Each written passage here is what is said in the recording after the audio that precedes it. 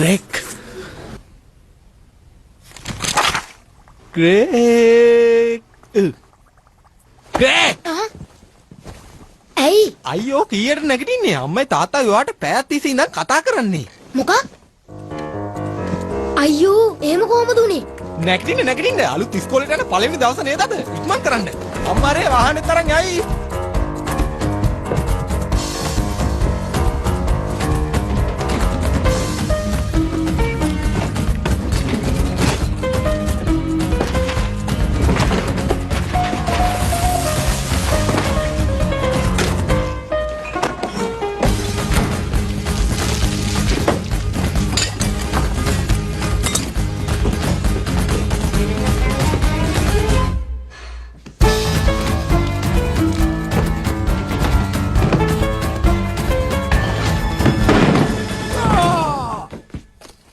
මොනවද කරන්නේ?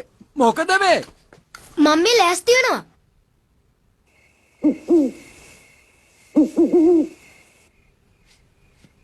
ස්කෝලේ යන්න. ඔයාට පිස්සුද? ඉස්කෝලේ පටන් ගන්න ලබන සතියේ. ඔයා දන්නවද දැන් වෙලාව කීයද කියලා? උදේ 4යි. හැබැයිට මොකට පිස්සුද? මේ හොඳ හිතින් අහගන්න. මේ දැම්මම ඔයා ගිහින් නිදා ගන්න ඕනේ ආ. මෙයා නම් ආයි නිදා ගන්න කන්නේ කීයටවත්. මන් දන්නේ කොහොම නිදි කරවන්නේ. ඔයා යන්න. මම මෙයා ගැන බලා ගන්න. ග්‍රෙග් ඔයා මොනවද මේ කරන්නේ මා අයියෙන් සද්ද කර කර? ඒක කරේ රොඩ්රික්. එයා තමයි මාව ඇහැරෙව්වේ. එයා මගේ ඔල්ලෝසුවේ වෙලා වෙනස් කළා. දැන් යා විතන උන්දට නිදි. දැන් ඇඳට යන්න. මොකද්ද මේ ගඳක් තියෙන්නේ? මට නම් හිතා ගන්නවත් බෑ.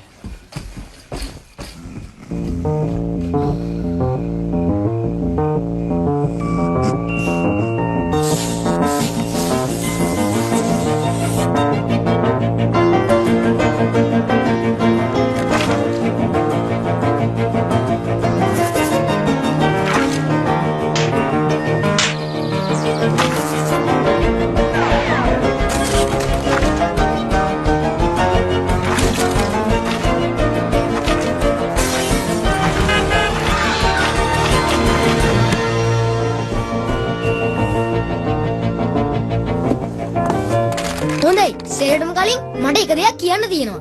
මේක සටහන් පොතක්. හැබැයි දින පොතක් නන් නෙමෙයි. ඔව් මන් දන්නවා. ඇත්තටම මේකේ පිටකාරේ මොකද්ද කියලා තියෙන්නේ කියලා. අපේ අම්මා මේක ගන්න ගිය වෙලාවේ මං එයාට තේරුම් කරලා කිව්වා ඩයරියක් කියලා සටහන් කරලා තියෙන එකක් ගන්න එපයි කියලා. අම්මට තේරෙන්නේ නැහැ මගේ වයසේ ළමයි ගැන. මම මේක ලියන්න තීරණය කරේ එක හේතුවක් හින්දා. මම පොසත් කෙනෙක් වුණාම වෙන වැඩ ගොඩක් තියෙනවා මෝඩ මිනිස්සුන්ගේ ප්‍රශ්න වලට උත්තර දෙනවට වඩා. ග්‍රෙගරි ඔයාගේ පොඩි කාලේ ගැන කියන්නකෝ.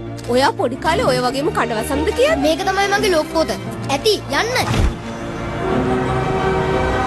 අන්න අපි පුතා ඉන්නවා.